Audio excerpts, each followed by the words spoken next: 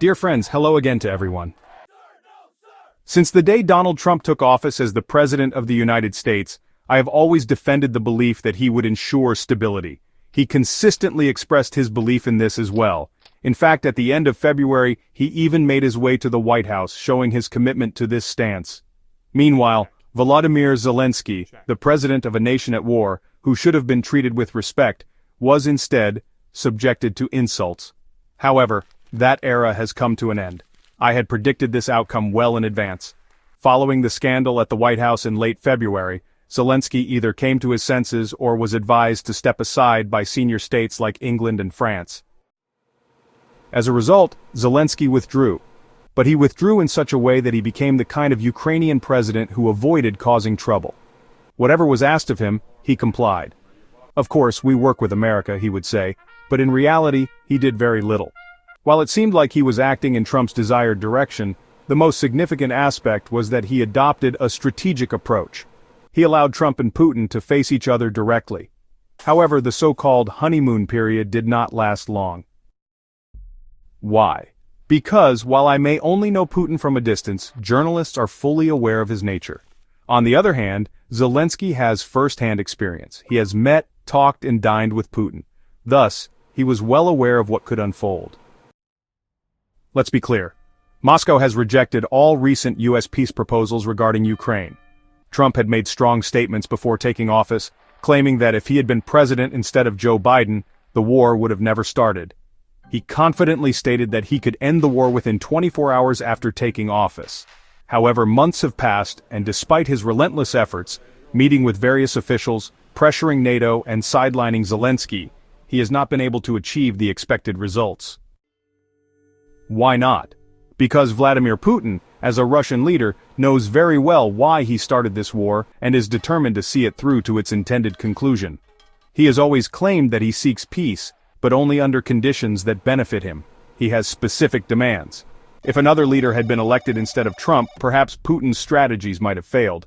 However, given America's current stance, NATO is taking a step back from the equation, though this doesn't mean the situation is set in stone.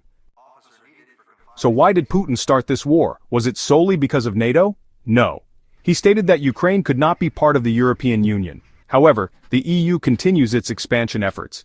He also declared the need to eliminate Nazis in Kyiv, yet they remain in power. Furthermore, he insisted that the territories he had annexed, such as a significant portion of Luhansk, should be officially recognized as Russian territory, along with additional areas. How grant him such concessions? This is why Sergei Ryabkov, Russia's foreign policy advisor, openly stated that the United States' proposals to end the war do not meet Russia's fundamental demands. This rare admission from the Russian side confirms that negotiations between the United States and Russia regarding Ukraine have reached a deadlock in recent weeks. According to the Russian journal, the models and solutions proposed by the Americans are taken seriously, but they cannot be accepted in their current form. At best, they only provide a framework that could lead to a ceasefire, though not a permanent peace. As Ryabkov pointed out, after all these months of negotiations, the best that has been achieved is not even a ceasefire, just a mere framework that might eventually lead to one.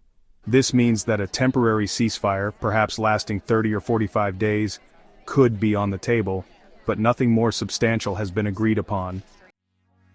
This situation is directly linked to the growing frustration in the United States. Just 48 hours ago, Trump openly stated his anger toward Putin, saying he was getting really fed up with him and even threatening to deal with him harshly. This sudden shift from admiration to frustration has not gone unnoticed, especially by the media. Fox News, a media outlet that fully supports Trump, reported that Moscow is deliberately slowing down comprehensive ceasefire negotiations. White House correspondent Jackie Heinrich, citing close sources, stated that the Biden administration is preparing aggressive sanctions against Russia's shadow fleet, which continues to export crude oil despite Western restrictions. Although the probability of these sanctions being enforced is currently considered moderate, informal estimates suggest it is about 50% likely. The White House sees targeting Russia's illegal oil shipments in the Baltic Sea as an easy and effective pressure point. Meanwhile, White House Press Secretary Caroline Light openly stated on April 1st that Trump is tired of both Zelensky and Putin. She clearly expressed that Trump wants the war to end, emphasizing that too many people have died on both sides and that the conflict has been ongoing for too long. She reassured that the administration remains engaged with both Ukrainian and Russian officials. However, it is evident that the war is far from over. Fedor Lukyanov, a prominent Russian foreign policy analyst and head of the Kremlin's advisory council, stated that Russia is prepared to continue fighting for some time. He explained that Russia is gradually but steadily making progress in the war, and that prolonging the conflict is in its best interest, especially since America appears to be stepping back. Why should we rush? He questioned.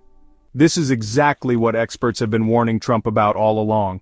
They argued that he was not speaking Putin's language. They predicted that Putin would exploit Trump's strategies to prolong the war. Lukyanov's statement essentially confirms this. For the first time, the U.S. Senate has taken a bipartisan approach to the situation. In an unusual move, 25 Republican and 25 Democratic senators jointly introduced a bill outlining the sanctions that Russia would face if it refuses to engage in good faith negotiations for a final peace agreement. The lead sponsors of the bill, Republican Senator Lindsey Graham and Democratic Senator Richard Blumenthal, proposed imposing tariffs on countries purchasing Russian coal gas, uranium, and other commodities. This suggests that sanctions against Russia could be intensified.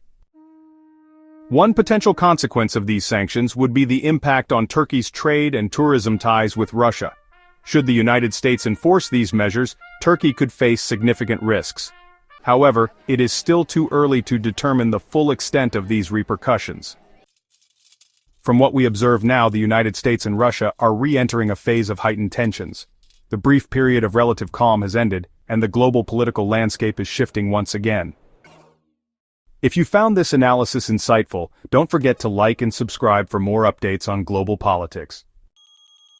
Stay tuned for more updates. Until next time, take care.